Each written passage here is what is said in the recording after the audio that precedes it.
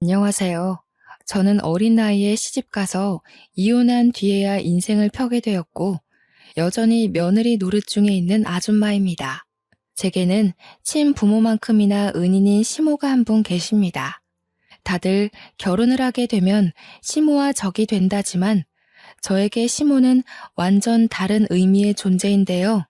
시모가 안 계셨다면 아마 제가 이 사연을 쓸 수 있는 여유도 없었을 겁니다.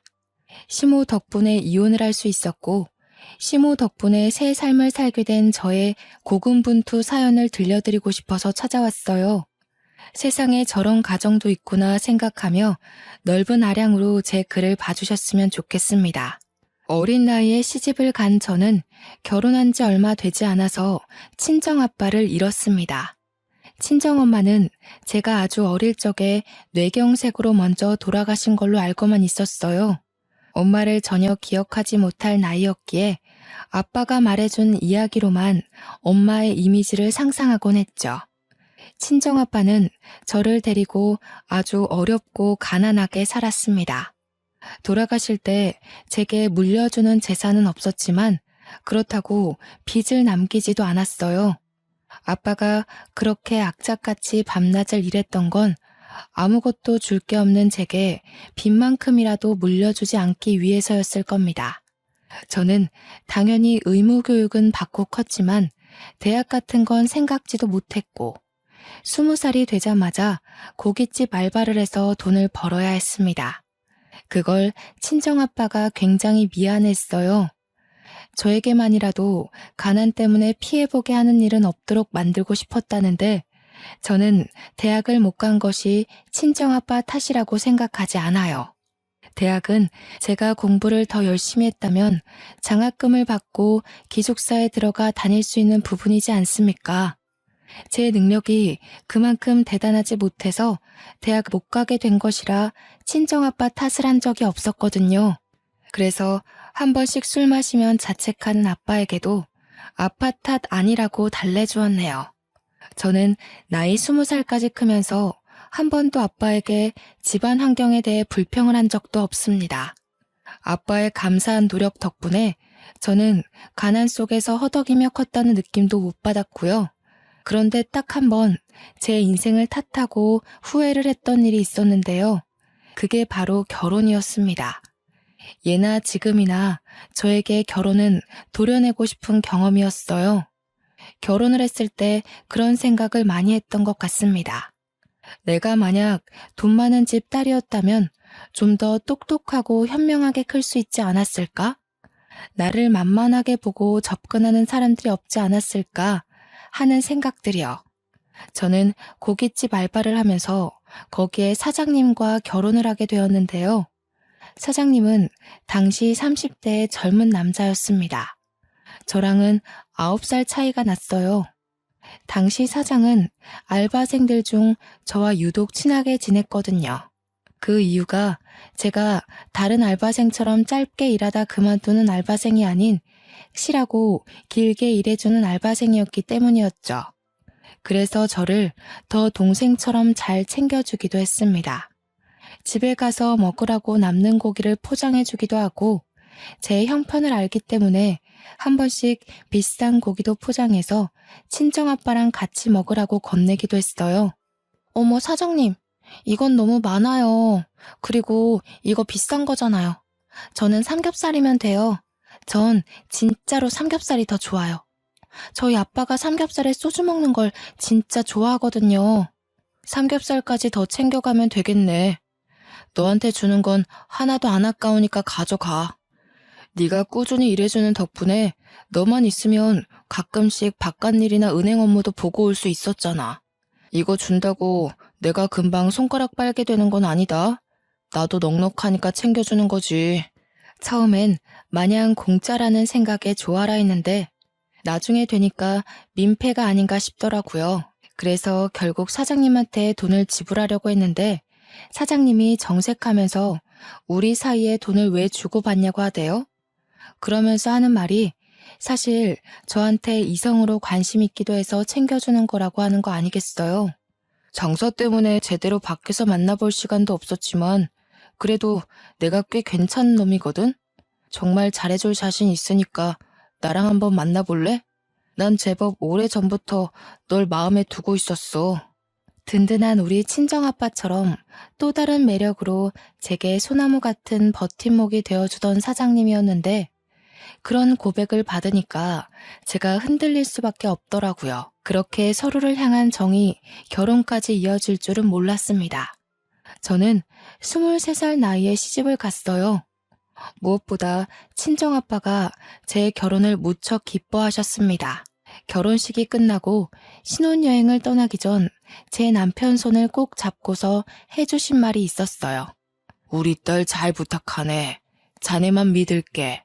내가 우리 귀한 딸 두고 늘 마음이 불안해서 뭘 제대로 할 수가 없었는데 이제야 마음 편히 내 일을 볼 수 있겠어.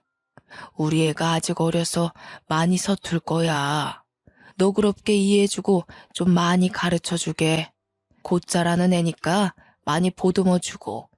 또 힘든 게 있어도 말을 잘 안 할 때가 많아. 자네가 먼저 알아봐주고 다독거려줬으면 좋겠어. 물론입니다. 그런 건 전혀 걱정 안 하셔도 돼요. 장인어른께선 걱정 마시고 앞으로 편하게 일 보시면 되세요. 한 번씩 꼭 인사드리러 갈게요. 신혼여행 다녀오고 나서도 들릴 테니까 약속 잡으시면 안 돼요? 그날 친정아빠가 제게는 별다른 말 없고 그냥 아빠 딸로 태어나게 해서 미안하다는 말만 했습니다. 무슨 그런 말을 하냐고 타박을 했더니 아빠가 그냥 웃기만 하면서 안아주더라고요. 정말 사랑하는 아빠지만 그래도 포옹을 해본 건 그날이 처음이었어요. 그리고 그게 아빠와 마주한 마지막 시간이었다는 걸 상상도 하지 못했죠. 저희는 가게를 매니저한테 맡기고 한 달 동안 신혼여행을 즐겼습니다. 남편이 아시아 일주를 해보고 싶다고 해서 한 달을 바쁘고 알차게 보냈어요. 솔직히 제 인생에서 가장 화려한 날들이긴 했습니다. 그리고 신혼여행을 마치고 한국으로 귀국을 한 날 저는 공항에 마중 나온 친척들에게 친정아빠가 돌아가셨다는 얘기를 듣게 되었어요. 친정아빠는 제 결혼식 일주일 전에 췌장암 말기 판정을 받았다고 했습니다. 친척분들이 다들 저한테 알리고 늦게라도 치료를 시작하자고 했으나 친정아빠가 가망 없는데 돈 쓰고 싶지 않다고 또 제게 짐이 되기 싫다고 하면서 끝내 저한테 알리기를 거부하셨다고 해요. 그 소리를 듣고 친척들과 함께 정신 놓고 달려간 곳은 병원이 아닌 빈소였습니다. 벌써 이틀째 진행된 친정아빠의 장례는 저에게 큰 충격을 안겨주었습니다. 이럴 거라서 신혼여행 떠나기 전 그렇게 마지막 인사처럼 남편을 붙잡고 얘기했던 걸까요? 친정아빠 혼자서 저에게 마지막 인사를 나누고 멋대로 마음을 정리해버렸던 거겠죠? 왜 나한테 아빠와 함께 할 수 있는 시간을 주지 않았는지 원망스러웠고 마지막 인사도 못하고 얼굴도 못 보고 떠나버렸는지 너무 밉기만 했습니다. 벌써부터 아빠 얼굴이 생각나지 않는 것 같아 무섭기도 했고요. 그날 믿을 수 없는 사실에 아빠 사진 아래서 얼마나 오열을 했는지 모릅니다. 발인을 할 때는 끝내 그 자리를 끝까지 지키지 못하고 잠깐 혼절을 해버렸던 걸로 기억해요. 그렇게 저는 하나밖에 없던 가족을 잃고 새로운 가족을 얻었습니다. 일찍부터 시작한 부부 생활은 모든 것이 서툰 것 투성이었어요. 빨래나 아빠가 사놓은 반찬으로 밥만 먹었지 살림이라고 해봤자 자취생 수준 정도로만 할 줄 아는 게 다였거든요. 그래도 친정아빠의 조언 덕분인지 남편이 제게 괜찮다고 차차 배워나가면 된다고 많이 위로해 주었습니다. 남편은 고아가 되어버린 저와 달리 제게 정말 과분한 사람이었는데요. 시댁도 원래 이렇게까지 좋은 아파트에 산 것은 아니었다고 남편 장사가 잘 되어 형편을 폈다고 하더라고요. 남편에게는 시부는 없었고 시모가 하나 있었습니다. 그런데 시모가 말을 못하는 장애인이었어요. 과거에 시부모님 차량에 물이 빠지는 사고가 있었는데 그 충격으로 시모가 말을 잃었다고 하더군요. 시부는 그때 돌아가신 걸로 얘기 들었습니다. 걱정한 것과 달리 시모는 참 고우신 분이었어요. 말은 못하지만 제가 어린 나이에 고생하지 않길 바랬는지 늘 목에 걸고 있는 수첩에다가 그만 들어가서 쉬라는 말을 많이 적어서 보여줬습니다. 원래 수화를 하는 분이지만 제가 수화를 하지 못하니 항상 수첩을 지니고 다니셨어요. 아니에요, 어머님. 저도 얼른 배워서 남편 식사 제가 직접 차릴 수 있어야죠. 어머님께도 빨리 도움되는 며느리가 되고 싶어요. 지금은 민폐만 끼치는 것 같아서 죄송해요. 시모는 저를 정말 기특하게 봐주셨습니다. 나쁜 며느리가 들어오면 어쩌나 걱정을 많이 했다고 오히려 제게 고맙다는 말을 많이 해주신 분이죠. 저는 남편이랑 결혼하면서 하던 아르바이트도 안 하게 되었기에 시모랑 하루 종일 붙어있는 시간이 많았는데요. 시모가 저를 딸처럼 잘 챙겨주니 저도 시모를 엄마처럼 많이 의지하게 되더라고요. 덕분에 저는 결혼 생활 1년 반 정도 만에 거의 주부 10단 신랑만큼이나 살림을 잘하게 되었습니다. 시모의 도움과 저의 노력이 시너지를 일으켰기 때문이라고 생각합니다.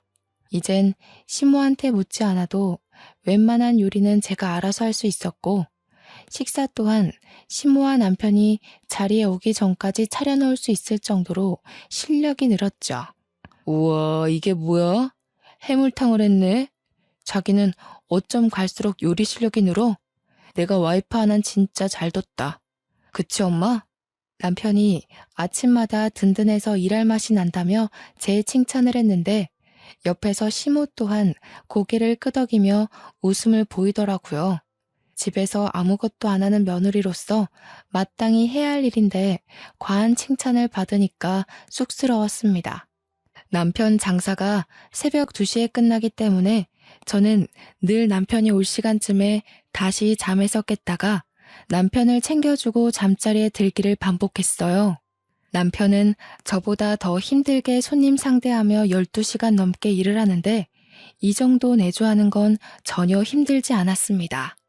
그러던 어느 날은 남편이 알바생들이랑 회식을 한다며 늦게 들어올 거니까 먼저 자라고 하더군요. 제가 아르바이트 하던 때에도 가끔씩 회식을 했었기에 알겠다고 조심해서 들어오라고 말한 뒤 잠에 들었는데 한참 새벽이 되었을까 제 전화기가 징징 울리더라고요. 작은 진동으로 되어 있었는데도 금방 깰 수 있었던 이유가 희한하게 남편이 집에 안 들어오면 잠기가 예민해지는 거 있죠? 남편이 무사히 귀가하는 걸 제 눈으로 봐야 안심이 되었어요. 정말 가족이라고 생각했기 때문이 아니었나 싶네요. 저도 남편 가게에서 오래 일했던 알바생이라서 거기 매니저와 알고 있는 사이였는데요. 오랜만에 매니저한테서 전화가 왔더라고요. 사실 연락처를 주고받고도 한 번도 전화는 해본 적 없던 사이였거든요. 통화해본 적 없는 사람이 다늦은 새벽에 전화가 왔다는 건 당연히 남편 문제가 아니겠습니까? 수진아, 오랜만이네. 잘 지내고 있지? 사장님이 술을 과하게 드셔서 뻗었거든. 좀 있으면 집 앞에 도착하는데 나와줄 수 있어? 한 10분 뒤면 도착할 것 같아. 역시 남편 일이 맞았던 거죠. 남편은 회식이 있더라도 한 번도 술 먹고 기절해 본 적 없던 사람이거든요. 너무 놀라서 저는 얼른 옷을 챙겨 입고 밖으로 나갔습니다. 잠시 기다리고 있었을까? 얼마 뒤 차 한 대가 아파트 입구에 섰고 보조석에 앉아있던 매니저가 내리더니 인사를 해왔습니다. 저희는 오랜만에 보는 거였는데도 안부 인사 나눌 정신 없었어요. 뒷좌석 문을 열고 남편을 꺼내기 바빴죠. 그런데 남편 혼자 있는 줄 알았던 뒷좌석에 어떤 여자 알바생이 함께 타고 있더라고요. 한눈에 봐도 예뻤고 화려한 타입이라는 게 드러날 정도로 미인이었습니다. 급하게 나왔다지만 파자마 잠옷에 바람막이 외투 하나 걸치고 있는 제 모습과는 차원이 다른 여성성이었죠. 어머, 안녕하세요. 사장님 와이프신 거죠? 저 이번에 사장님 가게에서 일하게 된 알바생이거든요. 오늘 제 환영회 하느라 오빠가 좀 거하게 마셨어요. 늦게 보내드려서 죄송해요. 제 남편을 오빠라고 부르는 것도 기분 나쁜데 자기가 뭔데 제 남편을 보낸다 만다 하는 건지 괜히 마음에 안 들어서 대꾸도 안 하고 그냥 고개만 끄덕했습니다.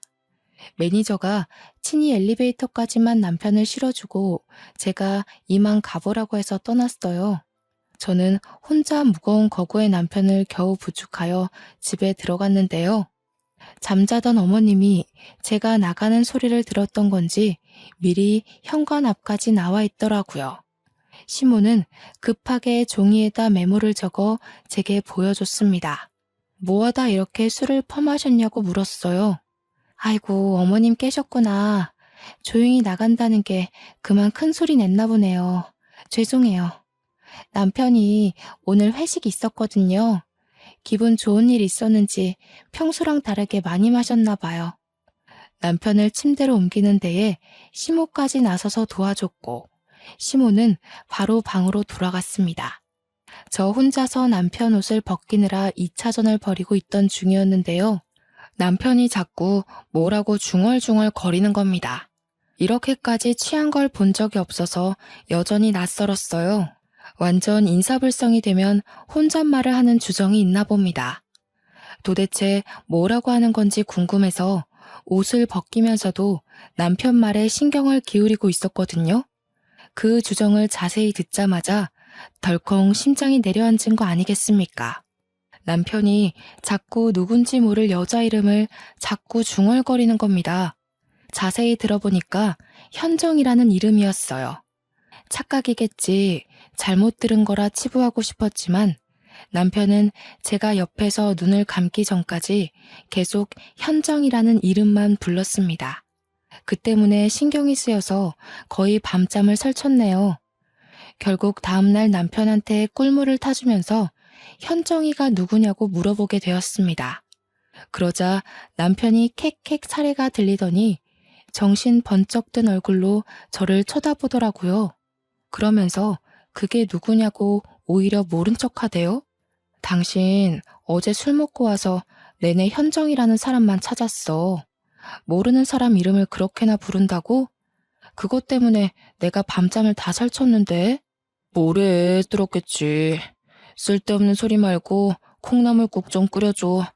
오랜만에 거하게 마셨더니 계속 속이 안 좋아. 그리고 나 씻고 바로 나가봐야 돼. 또 나간다고? 당신 집에 들어온 지 6시간도 안 넘었어. 아직 출근 시간도 아니잖아. 나중에 어머님 병원 가야 되는데 우리 안 태워다 줄 거야? 당장 가봐야 되는 일이야? 바깥 일 하는 사람이 어디 직장에만 일이 있겠어? 다른 약속 있어. 엄마 병원은 당신이 택시 타고 다닐 수 있잖아. 택시비 줄게.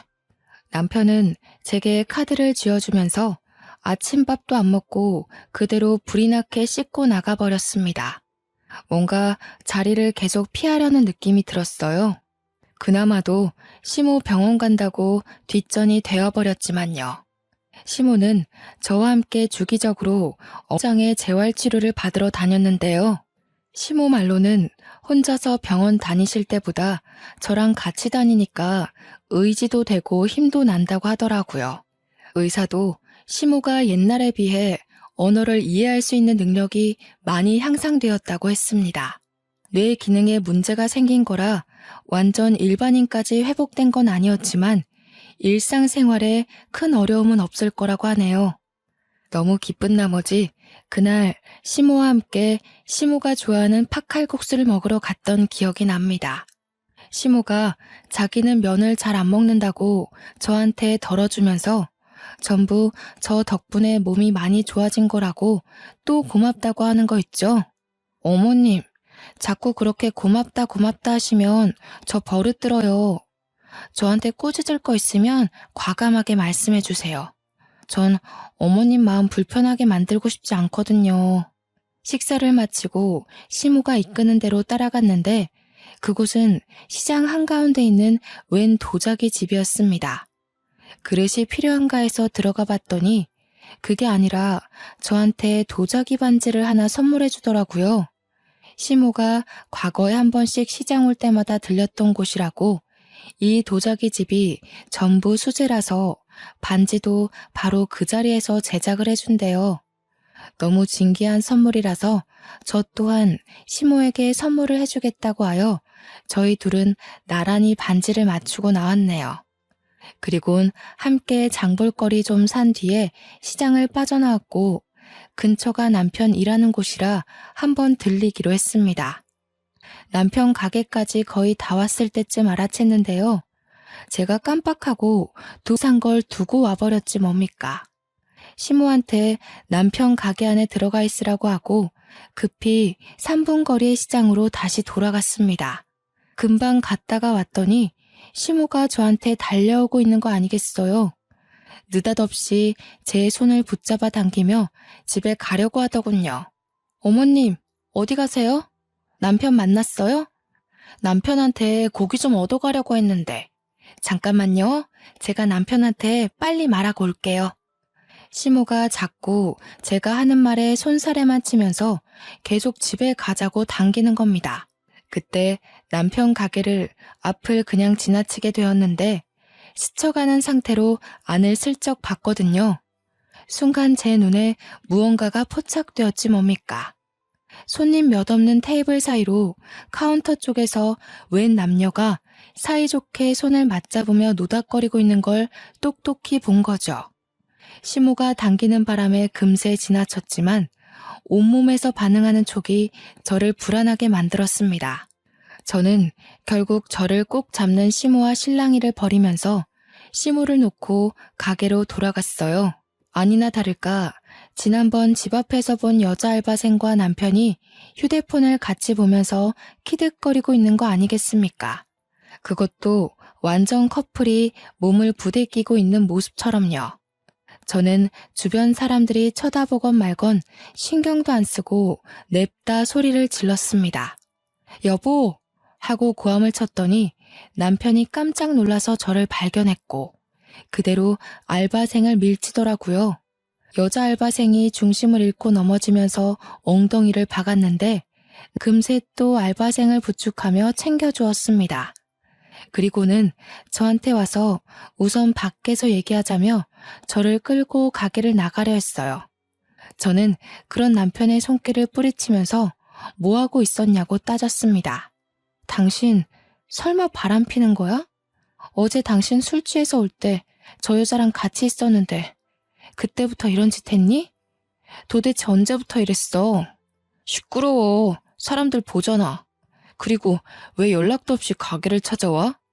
여기가 왔다 갔다 놀러 다니는 놀이터인 줄 알아? 쓸데없는 소리 말고 집에 가 있어. 집에 가서 얘기해.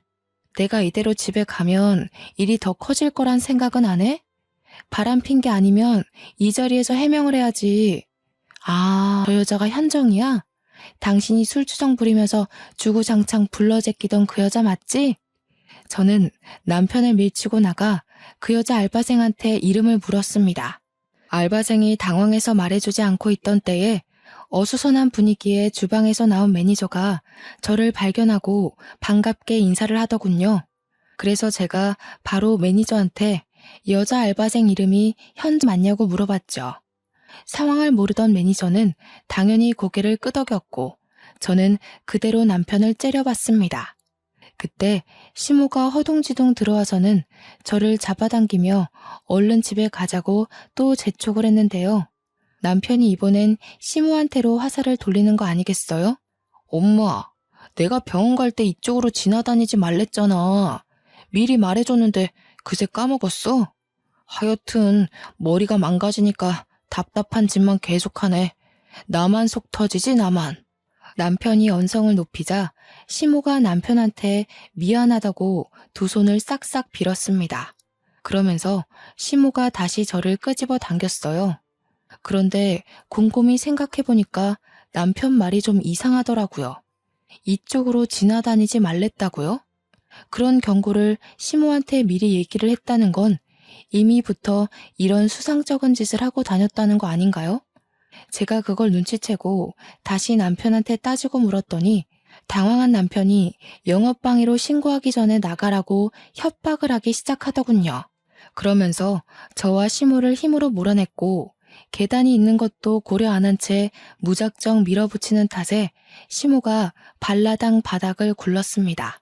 지나가던 사람들이 놀라서 시모를 살폈고 가게 안의 사람들도 그제서야 일어나서 남편을 동영상 찍기 시작했어요. 화가 잔뜩 난 저는 시모를 살펴주다가 들고 있던 두부로 냅다 남편 머리통을 후려쳤고 그걸로 모자라서 봉지에서 두부를 꺼내 남편한테 패대기를 쳐버렸어요. 뭘 잘했다고 네 엄마를 그렇게 사정없이 밀어버려. 유부남이 대낮에 사람들 보는 앞에서 바람피는 게 잘한 짓이야? 네가 그러고도 어머님 아들이라 말할 자격이 있어? 아이씨, 내 돈으로 먹고 자고 싸고 치료까지 받으면서 그럼 그건 누가 효도하는 건데? 이렇게까지 해줬으면 나머지는 당신이 며느리로서 해야 되는 거 아니야? 그러게, 내가 좋게 말할 때 집에 돌아갔으면 이 꼴은 안 당했을 거 아니야? 남편의 호통은 사람들의 주의를 모으기 충분했고 남편은 제 분에 못 이겨 우리를 내버려 두고서 가게 깊숙한 곳으로 들어가 버렸습니다. 하는 수 없이 저는 시모를 챙겨 집으로 돌아왔는데 시모가 저한테 계속 미안하다고 계속 메모를 적어주더군요. 알고 보니 시모는 남편이 바람피고 있는 걸 진작에 알고 있었더라고요. 아들이란 이유만으로 또 며느리인 내가 상처받길 원치 않아서 모든 걸 모른 채 입 다물고 있었다고 자백했습니다. 어머님, 저 너무 화나요. 솔직히 어머님한테도 배신감 느끼고요. 차라리 다 말해주시지. 그럼 제가 어머님한테만큼은 이렇게까지 배신감 느끼지 않았을 거예요. 전 어머님 너무 좋아했는데 역시 핏줄 앞에선 진심도 아무 소용이 없네요. 저 혼자 어머님을 엄마로 생각했나 봐요. 하긴 아들보다 며느리가 좋은 시어머니가 어딨겠어요. 어머님, 저 때문에 부담스러우셨겠어요. 이젠 저한테 신경 끄셔도 돼요. 저도 그럴 테니깐. 그날 저는 결혼하고서 난생 처음 시모에게 상처 주는 말을 서슴지 않고 해버렸습니다. 시모가 저를 붙들고 미안하다고 사과를 했지만 용서를 받아주지 않고 외면을 했어요. 그렇다고 가진 돈이 없는 제가 바로 집을 나갈 수 있는 건 아니었습니다. 생계 때문에 당당하게 이혼하자는 소리도 꺼내지 못하고 이대로 남편과 냉전 상태만 유지했죠. 그러다 돈 없는 제가 끝내 이혼 결심을 한 계기가 생겼는데요. 바로 친정아빠의 첫 기일날이었어요.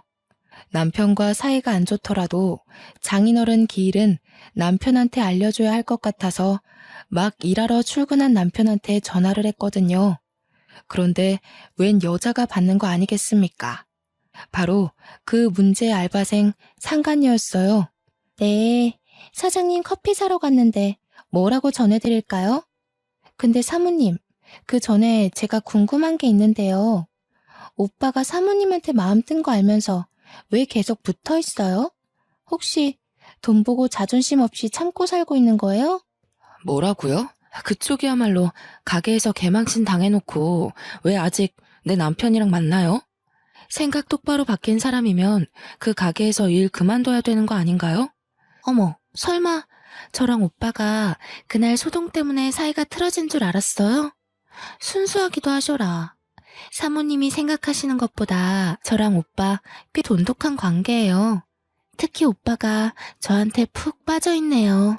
내 남편 돈 보고 붙어있는 건 내가 아니라 그쪽이겠죠. 얼마나 돈에 미쳐있으면 유부남을 꼬셔서 남의 가정을 파탄내요? 어린애라서 그런가? 사모님이 모르셔도 너무 모르신다. 세상에 돈이면 미치는 사람들 많아요. 돈이란 건 남녀 불문, 나이 불문, 국적 불문하고 굉장한 가치잖아요? 참, 그거 알아요?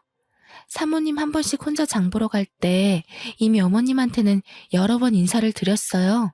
상간녀 발언에 흔들리고 싶지 않았는데 결국 저는 마지막 말을 듣고서 심장이 내려앉아 버렸습니다. 그대로 전화를 끊은 저는 당장 시모방을 찾아가서 물었습니다. 그러니 시모가 죄인처럼 고개를 숙이면서 맞다고 수긍하더라고요. 제게는 그것이 정말 청천벽력 같은 소식이었고 결국 저는 그 자리에서 이혼을 결심해버렸죠. 여기서 더 실망하게 된다면 저 어머님한테 해코지하고 싶을지도 몰라요. 어머님 변명 더는 안 듣고 싶으니까 메모 적지 마세요. 제가 이 집을 나가는 게 맞았어요. 가진 게 없어서 남편이랑 상간녀 소송할 돈이 없다는 게 진짜 너무 서럽네요.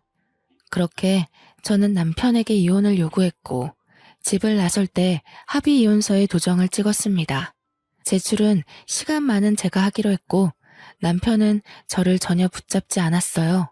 그날 제가 난리친 덕분에 남편 가게 이미지가 인터넷에서 소문이 쫙 나버리는 바람에 매출이 뚝 떨어졌거든요. 그래서 남편은 제 꼴을 진작에 보고 싶지 않아 했습니다. 이혼을 하게 되면 저는 남편보다 더한 가난을 얻게 되겠지만 몇 없는 짐과 재산 분할로 제게 떨어질 돈만 있는 걸로 만족하기로 하고 집을 나가게 되었어요. 제가 집을 나가는 당일 시모가 저를 방으로 불렀는데요. 솔직히 시모가 미워도 그동안 엄마라고 생각하고 믿고 의지했기에 시모를 두고 가는 것이 마냥 편치만은 않았습니다. 아니나 다를까 시모도 마찬가지였나 봅니다. 제게 밤새 쓴 것 같은 긴 내용의 편지를 건네더라고요. 그러면서 웬 검은 봉지 하나까지 챙겨주셨는데 그건 받지 않으려 했지만 시모가 무작정 제 가방에 쑤셔 넣었습니다. 시모를 향한 저의 진심은 절대 가짜가 아니었고 그렇기 때문에 받은 상처는 더없이 깊어서 시모가 챙겨주는 물건들이 달갑지 않더군요. 꺼내보지도 않고 그냥 집을 나와버렸습니다. 시모가 베란다에서 저를 내다보는 게 느껴졌지만 끝내 인사도 안 하고 돌아보지도 않았어요. 다시는 볼 수 없는 가족일 테고 좋게 작별하는 것도 아닌데 뭐하러 인사를 하겠습니까? 그렇게 제가 가장 먼저 찾은 곳은 결혼하기 전 친정아빠와 살던 곳이었습니다. 진작에 집을 팔긴 했지만 빈민촌이라서 아직 계약한 사람이 없더라고요. 거의 공가 수준으로 방치되어 있었어요. 집 안에 들어가 대문 올라가는 계단에 앉은 저는 한참 멍 때리다가 시모가 줬던 편지를 꺼내봤습니다. 야무지게 나열된 글씨를 쭉 읽어내려가던 제 눈동자가 점차 세차게 흔들렸고 그 내용을 다 읽고 나서는 곧장 시모가 준 검은 봉지를 급하게 뒤졌습니다. 편지에는 처음부터 끝까지 시모의 자책이 담겨 있었는데요.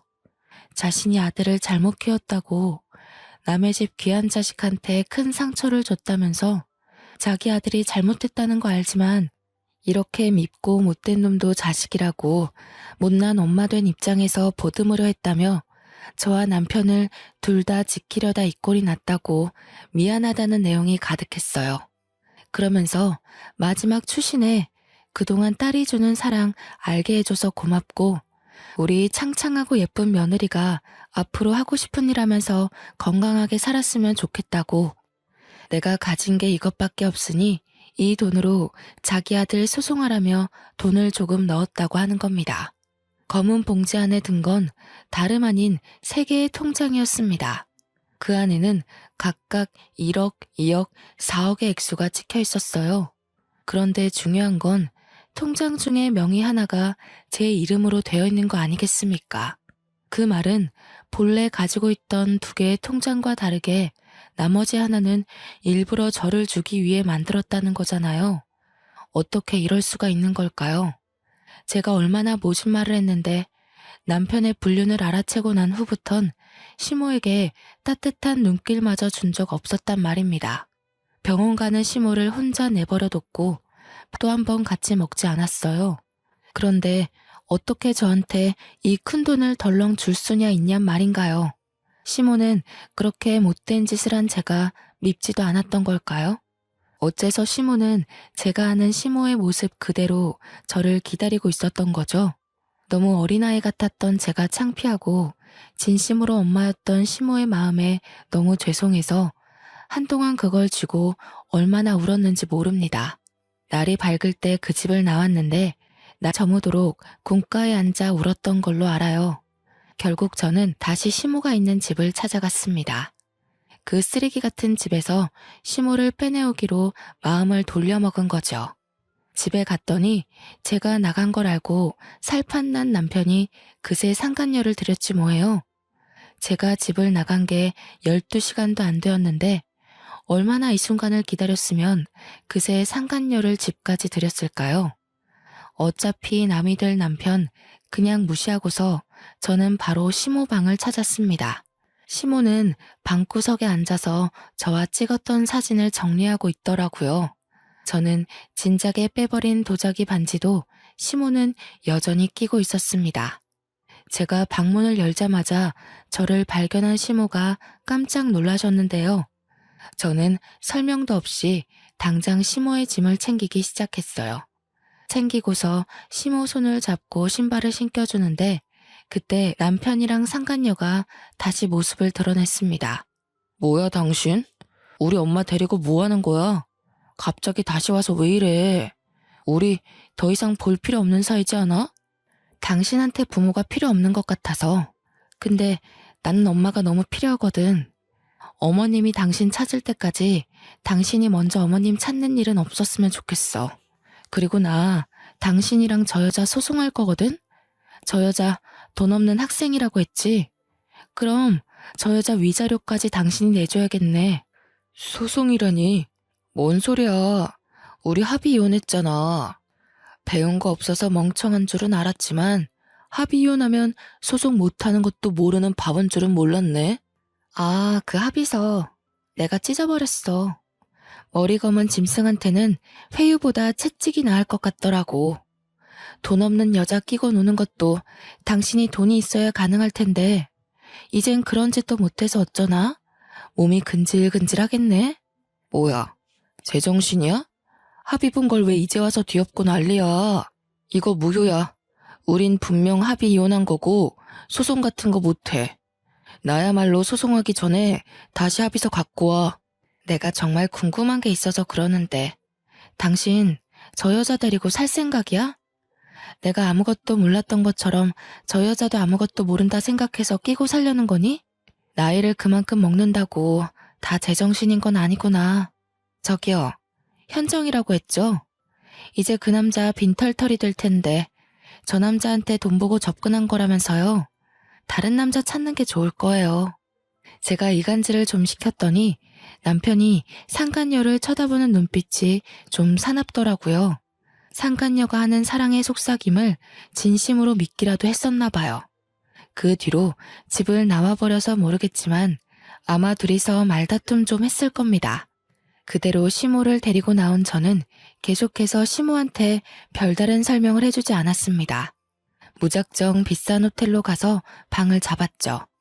맨날 마트보다 시장을 전전하며 한 번도 사치를 부린 적이 없는데 그날만큼은 어머님과 함께 기분 전환할 수 있는 곳에 있고 싶었어요.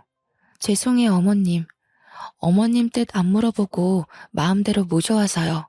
다시 돌아가고 싶다고 해도 괜찮아요. 대신 오늘만은 저랑 같이 있어주세요. 호텔방에 들어와서야 저는 시모 앞에 고개를 숙이며 어리석었던 마음을 용서 빌었습니다. 제 말을 듣고 시모는 제 손을 꼭 잡아주면서 그러지 말라고 하더라고요.